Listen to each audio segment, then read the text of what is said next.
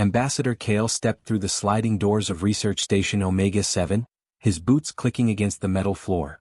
The station floated in the darkness of space, its lights blinking steadily as it monitored the strange energy readings that had brought him here. He had traveled for 3 days to reach this remote outpost, and now he wondered if the journey had been worth it. Director Vex waited for him near the large window that looked out into space. The tall alien's gray skin seemed paler than usual, and his 4 eyes kept darting between Kale and the swirling mass of energy visible outside. Vex had served at research stations for 20 years, but Kale had never seen him look so nervous. "Ambassador, thank you for coming so quickly," Vex said, his voice shaking slightly. "What we have discovered here could change everything we know about the galaxy." Kale moved to the window and stared at the phenomenon before him. It looked like a tear in space itself, with purple and blue energy crackling around its edges. The readings on the nearby screens showed energy levels unlike anything in the Confederation's databases. This was not a normal wormhole. "How long has this been active?" Kale asked. 3 weeks, Vex replied. "It appeared suddenly without warning. At first we thought it might collapse, but it has remained stable.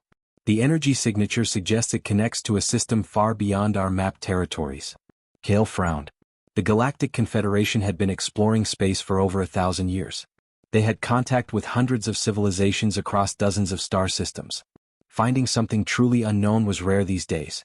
"You mentioned in your report that you sent a probe through," Kale said. "That required authorization from the Council." Vex's skin turned an even paler shade of gray. "The readings were so unusual, Ambassador. We thought we might lose the opportunity if we waited for proper clearance. The probe was only meant to gather basic information." "And what did it find?" Vex activated the main display screen, and images began to appear. The first showed a yellow star, smaller than most but burning steadily.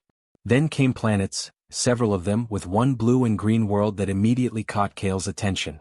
The probe had moved closer to this world and the images became clearer. Cities covered parts of the planet's surface.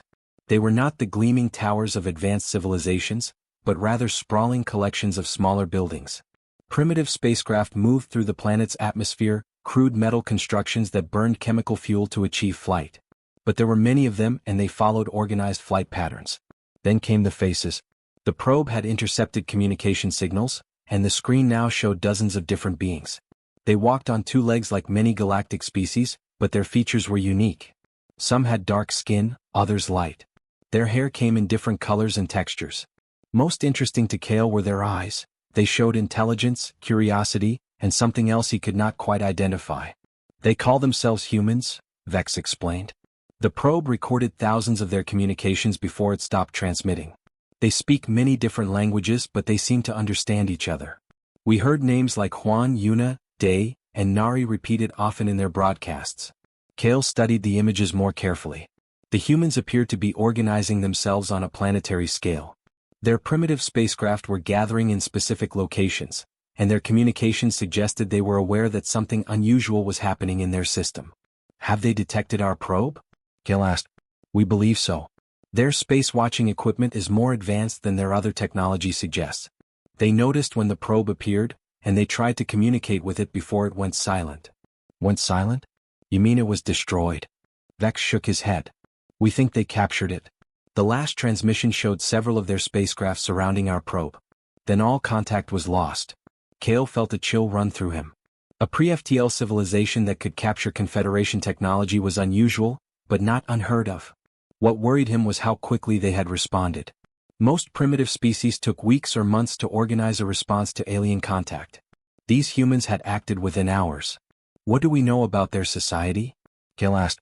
"They appear to have multiple governments, but they are forming some kind of unified response to our probe's appearance. Their communications suggest they have experience working together despite their differences. They also seem to have extensive knowledge of warfare." "Warfare?"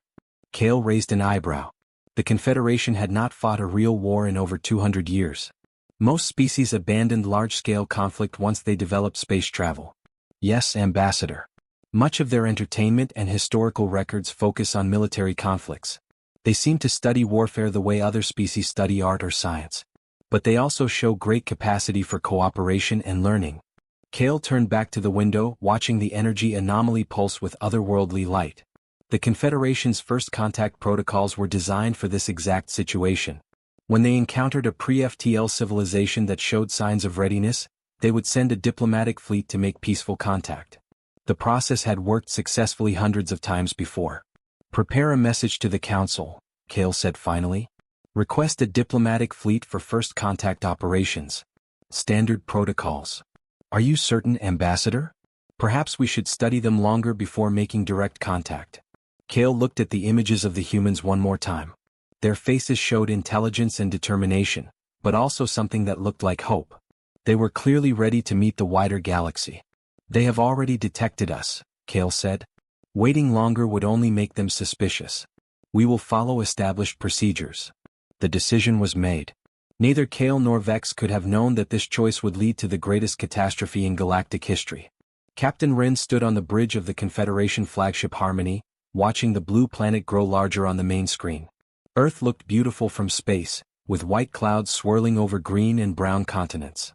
The oceans reflected the light from their yellow sun, making the whole world seem to glow. After weeks of traveling through the wormhole, Wren felt excited to finally meet these humans face to face. "Captain, we are receiving many signals from the planet," said Communications Officer Lux, her fingers dancing across the control panel. "They are trying to talk to us on dozens of different frequencies." "Show me what they are saying," Wren ordered. The main screen changed to show multiple video feeds from Earth. Humans of all different appearances were speaking in various languages. Some had pale skin and light hair, others had dark skin and black hair. Their clothing styles varied greatly, suggesting different cultures across their world. But despite their differences, they all seemed to be saying similar things. One transmission stood out from the rest. A woman with short black hair and kind eyes spoke clearly in what the computer identified as Korean. The translation appeared on the screen as she talked. "I am Dr. Sola Kim, speaking for the United Earth Council," she said. "We welcome you to our solar system. We come in peace and seek to learn from you. We hope this is the beginning of a friendship between our peoples." Science Officer Quinn, a blue-skinned alien from the Vega system, looked amazed. "Captain, this is remarkable. They have formed a unified planetary government in just the few weeks since our probe appeared in their system.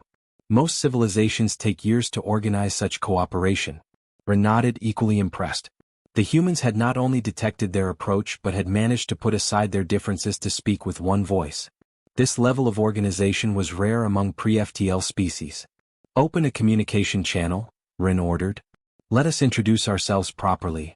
The next few hours were filled with careful exchanges. The humans were eager to learn, asking detailed questions about Confederation technology, culture, and government. They shared information about their own world freely, showing maps of their continents and explaining their different nations and languages. Within a week, the first human representatives arrived at the Confederation fleet. Commander June Park came aboard the Harmony wearing a crisp military uniform. He was a tall man with serious eyes, but he smiled easily when meeting the alien crew. Dr. Eun Lee arrived on a different ship, a scientist with curious eyes who immediately began asking questions about alien biology and physics. What surprised the Confederation officers most was how quickly the humans learned. Commander Park picked up the basic galactic standard language in just 3 days. Dr. Lee understood complex scientific theories that usually took other species months to grasp. They seemed to absorb information like sponges, always asking for more. "Your people are incredible learners," Captain Wren told Commander Park during their 5th meeting. "I have never seen anyone adapt so quickly to new concepts." Park smiled. "Humans are curious by nature, Captain. We have always been explorers and learners. This is the greatest opportunity in our history." The cultural exchanges grew more complex as trust developed. Human engineers visited Confederation workshops, studying alien technology with wide eyes. Confederation scientists traveled to Earth, amazed by human creativity and ingenuity. The humans had developed solutions to problems that were completely different from anything in Confederation databases. Captain Bina of the human vessel New Soul particularly impressed everyone. Her ship was primitive by Confederation standards, but she commanded it with skill that made veteran alien officers take notice. During joint training exercises, she displayed tactical thinking that was both creative and effective. "Your approach to space combat is unusual," Wren told her during a diplomatic dinner aboard the Harmony. "You think in ways that are completely different from established Confederation doctrine." Bina laughed. "We have been preparing for this moment for decades, Captain. Our military strategists have studied every possibility for contact with alien civilizations. We wanted to be ready." The dinner was held in the Harmony's main conference room, decorated with flowers from both Earth and various Confederation worlds. Representatives from a dozen different species sat around the table, sharing food and stories. The humans tried alien cuisine with enthusiasm, while the Confederation officers found human food surprisingly flavorful. Trade agreements were signed in a ceremony broadcast across both human and Confederation territories. Technology sharing programs were established. The humans would receive advanced medical technology and clean energy systems. In return, they offered their unique perspectives on engineering, art, and philosophy. The galaxy is richer for having Earth as a member, announced Ambassador Kale during the signing ceremony. Your people bring fresh ideas and remarkable adaptability to our community of worlds. Dr. Sola Kim signed the final document with a smile. We are honored to join the Galactic Confederation. This is just the beginning of what we can accomplish together. The celebration continued for days. Human musicians performed alongside alien artists. Scientists from both cultures worked together on joint projects. Military officers shared strategies and techniques. Children on Earth watched broadcasts from alien worlds with wonder, while young aliens learned about human culture with equal fascination. Everything seemed perfect. The integration was proceeding more smoothly than anyone had dared to hope. Earth was becoming a valued member of the galactic community faster than any world in Confederation history. But beneath the surface of this peaceful cooperation, misunderstandings were already beginning to form. Cultural differences that seemed minor would soon grow into something much more dangerous. The humans' rapid adaptation and military thinking, which so impressed their new alien friends, would soon be seen in a very different light. The seeds of the galaxy's greatest tragedy had been planted in the soil of its greatest diplomatic success. Mining foreman Zara floated in her command pod, watching the massive extraction machines tear chunks of rock from the asteroid. The operation had been running smoothly for 2 weeks, and they were already ahead of schedule. The asteroid belt between Mars and Jupiter contained enough raw materials to supply Earth's industrial needs for decades. Zara adjusted her headset as another report came in from the mining crews. Sector 7 is complete, Foreman. Moving to Sector 8 as planned. Good work, Zara replied. Remember to maintain proper spacing between the platforms. We don't want any accidents. The mining platforms were arranged in a careful pattern throughout the asteroid belt. Each platform was protected by defensive shields and automated weapon systems, standard equipment for any operation in space. Pirates and raiders sometimes attacked mining operations, so the Confederation always followed safety protocols. Far below on Earth, General Tae-Yoon stood in the command center of Earth Defense Force headquarters, staring at the tactical display with growing concern. The screen showed dozens of red dots scattered throughout their solar system's asteroid belt. Each dot represented a Confederation mining platform, and their positions looked wrong to his experienced military eye. Show me the formation analysis again, he ordered his aide. Lieutenant Bo Ra touched her tablet, and the display changed to show connecting lines between the mining platforms. The pattern was clear to anyone with military training.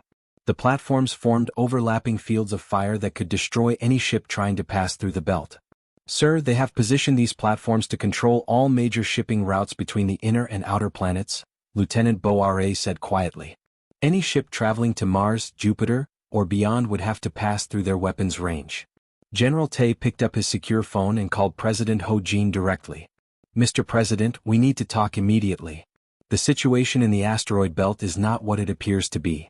20 minutes later, General Tae stood in the presidential office, pointing to a holographic display of their solar system.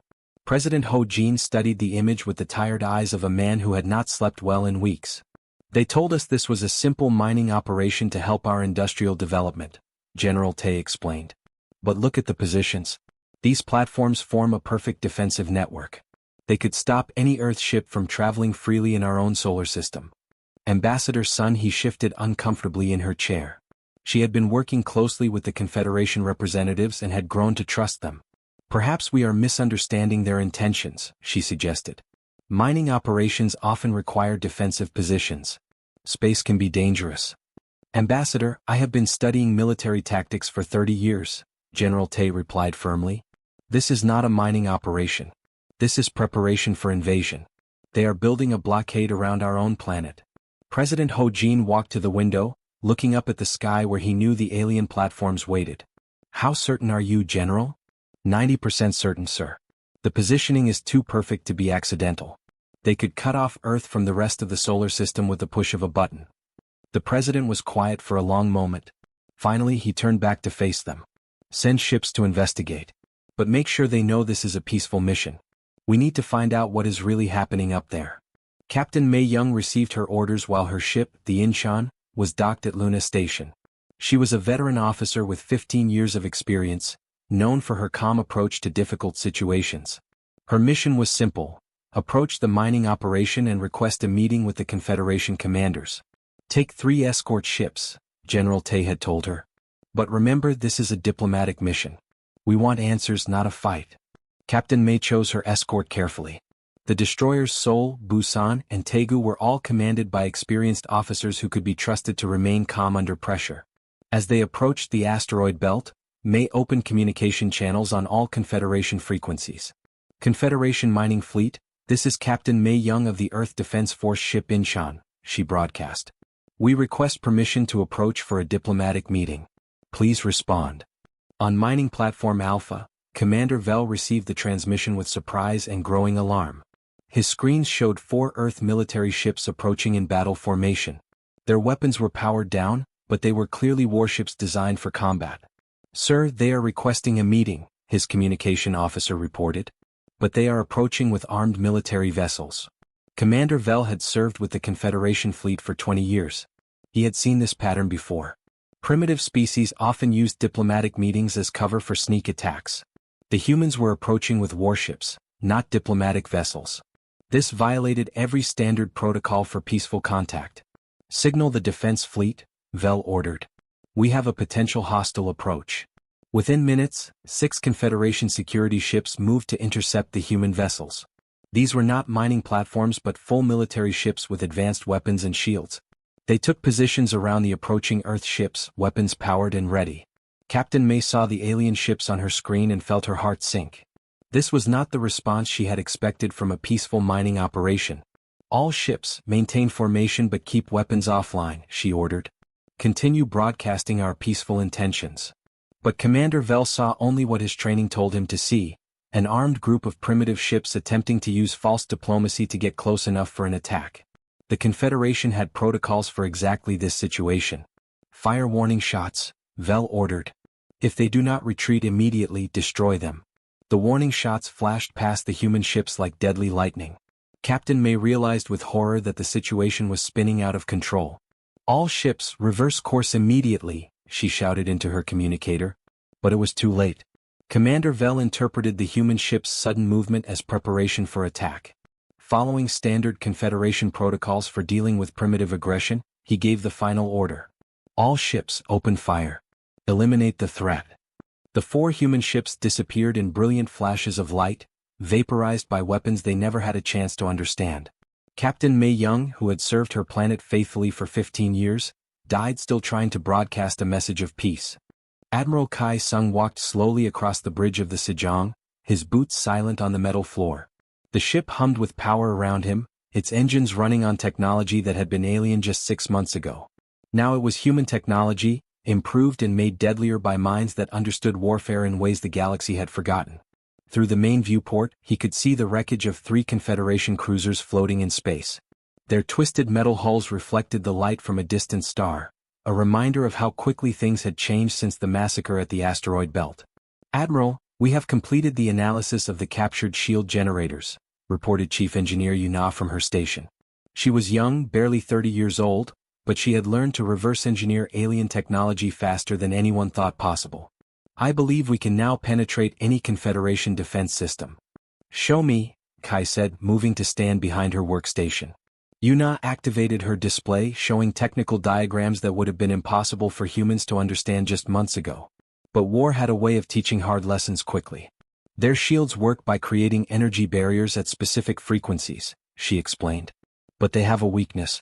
The generators need time to adjust when the frequency changes. If we hit them with rapidly changing energy patterns, the shields collapse. Officer Jin Ho looked up from his tactical station. Admiral, this means we can attack any Confederation position. Their shield technology was their greatest advantage. Kai nodded grimly. The war had started with humans being completely outmatched. Confederation ships could destroy entire Earth fleets without taking damage. But every battle taught them something new. Every captured piece of technology revealed more secrets.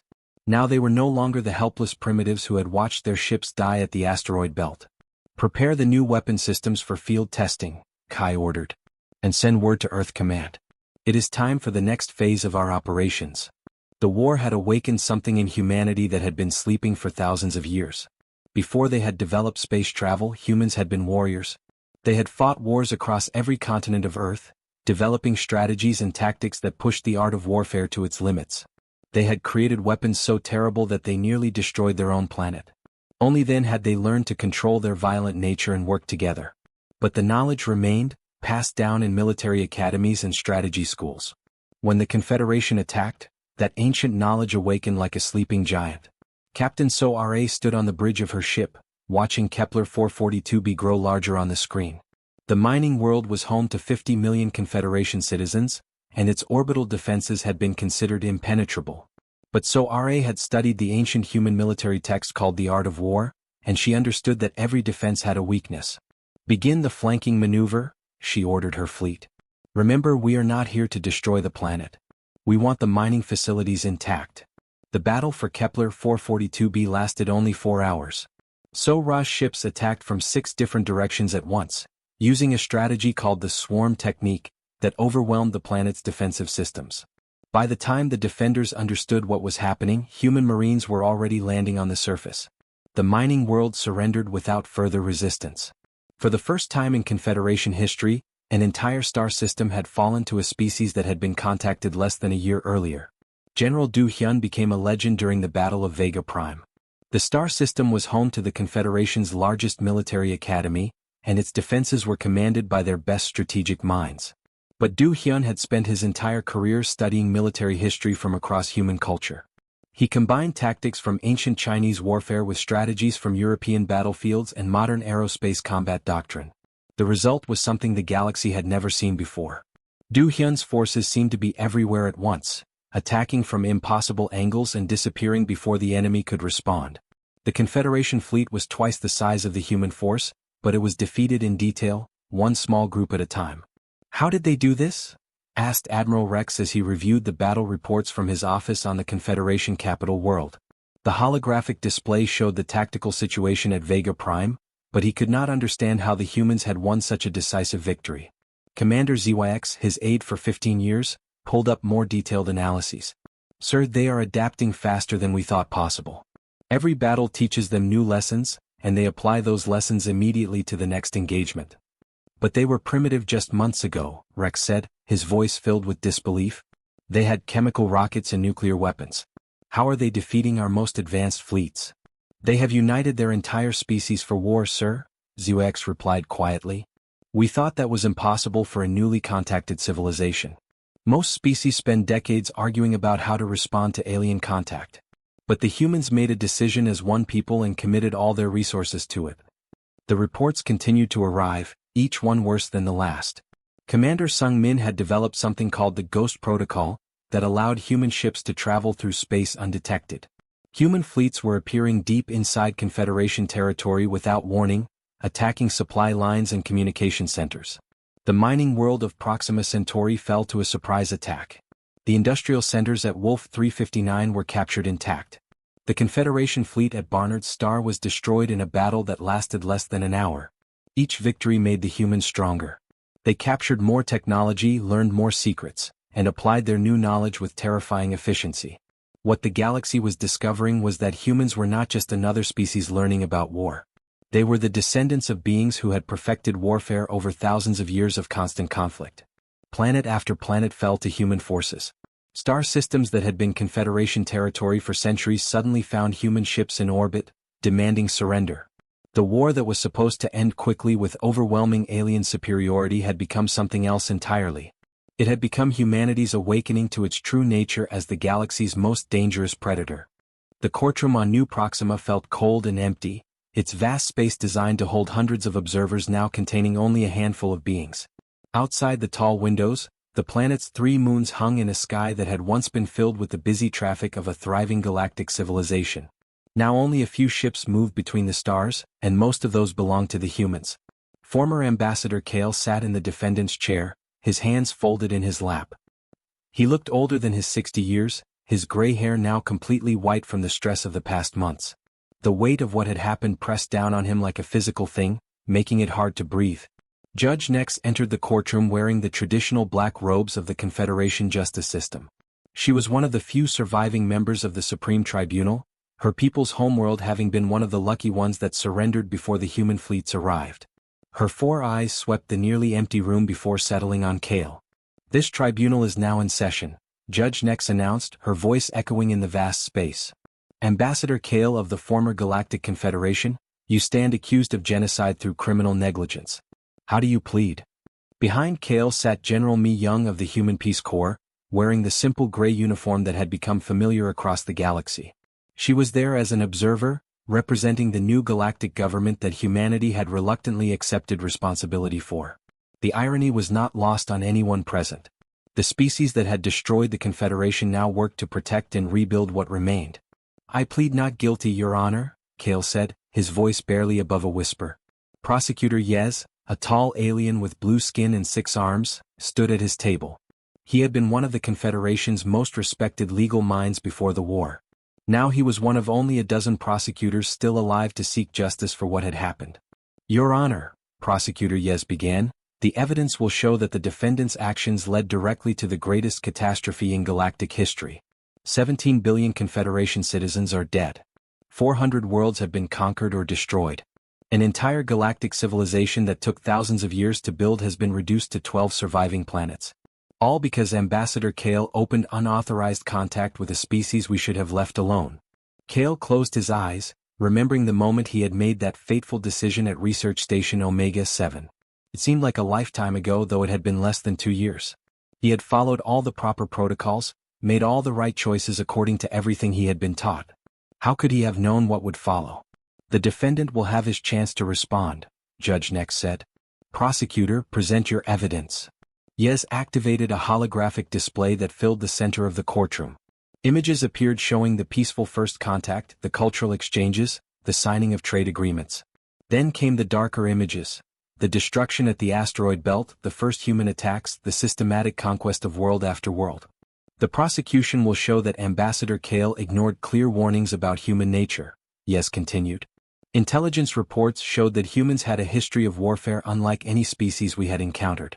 They had nearly destroyed their own planet through conflict. Yet the defendant chose to make contact anyway." General Mi Young shifted in her seat, her face showing no emotion.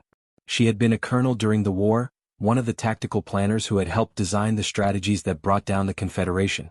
Now she spent her days trying to rebuild what her people had destroyed. After the prosecutor finished presenting evidence, Judge next turned to Kale. "The defendant may now address the court." Kale stood slowly, his legs shaking. He looked around the empty courtroom, remembering when such chambers had been filled with beings from dozens of different worlds, all working together to build a better galaxy. "Your Honor," Kale began, his voice growing stronger as he spoke, "I followed standard first contact protocols that had worked successfully for over 1,000 years. We had contacted hundreds of species using the same methods. How could we have known that humans were different?" He paused, looking at the holographic evidence still floating in the air. "The intelligence reports mention their history of warfare, yes. But many species have violent pasts. We believed that contact with galactic civilization would help them move beyond their primitive nature. That is what always happened before. But humans were not like the others," Prosecutor Yez interrupted. "They were descendants of an ancient warrior species that had deliberately chosen isolation. They possessed knowledge of warfare that we had forgotten existed." Kale nodded sadly. "We discovered too late that humans had not abandoned warfare because they were weak or primitive. They had abandoned it because they were too good at it. They had developed the ability to wage total war while maintaining their moral principles. When we forced them to fight, we awakened something that should have remained sleeping." General Mi Young finally spoke from her seat. "Ambassador Kale could not have known what we would become. Even we did not know until the war began. For centuries, we had chosen peace because we understood the terrible cost of our true nature." Judge next looked at the human general with interest. "You are saying that your species deliberately hid their capabilities?" "Not hid," Mi Young replied. "We had simply chosen a different path. But when our peaceful overtures were answered with the murder of our people, we remembered what we truly were. Every human carries the genetic memory of 10,000 years of warfare. When that knowledge awakened, there was no force in the galaxy that could stop us. The trial continued for 3 days, but the outcome was never in doubt. The evidence was clear. Ambassador Kale had followed proper procedures, but those procedures had been designed for a galaxy that had never encountered a species like humanity. On the final day, Judge Next delivered her verdict. The court finds Ambassador Kale not guilty of criminal negligence. He acted according to established protocols and could not have reasonably predicted the consequences of his actions. She paused, looking around the empty courtroom. However, this tragedy teaches us that first contact protocols must be completely revised. We must never again assume that any species is truly primitive or that our standard approaches will work with everyone we meet. After the trial ended, General Mi Young walked with Kale through the gardens outside the courthouse. The alien plants reminded them both of worlds that no longer existed. "I am sorry for what happened to your people," Mi Young said quietly. "We never wanted this war." Kale looked up at the sky, where human ships patrolled to protect the remaining Confederation worlds. "I know. That may be the most frightening thing about your species. You became the galaxy's most effective conquerors while never losing your humanity. The galaxy would never again underestimate a species simply because they appeared primitive. The lesson had been written in the blood of trillions, and those few who survived would never forget it. Humanity now ruled the stars not through choice but through necessity. They had become the guardians of a galaxy they had never wanted to inherit.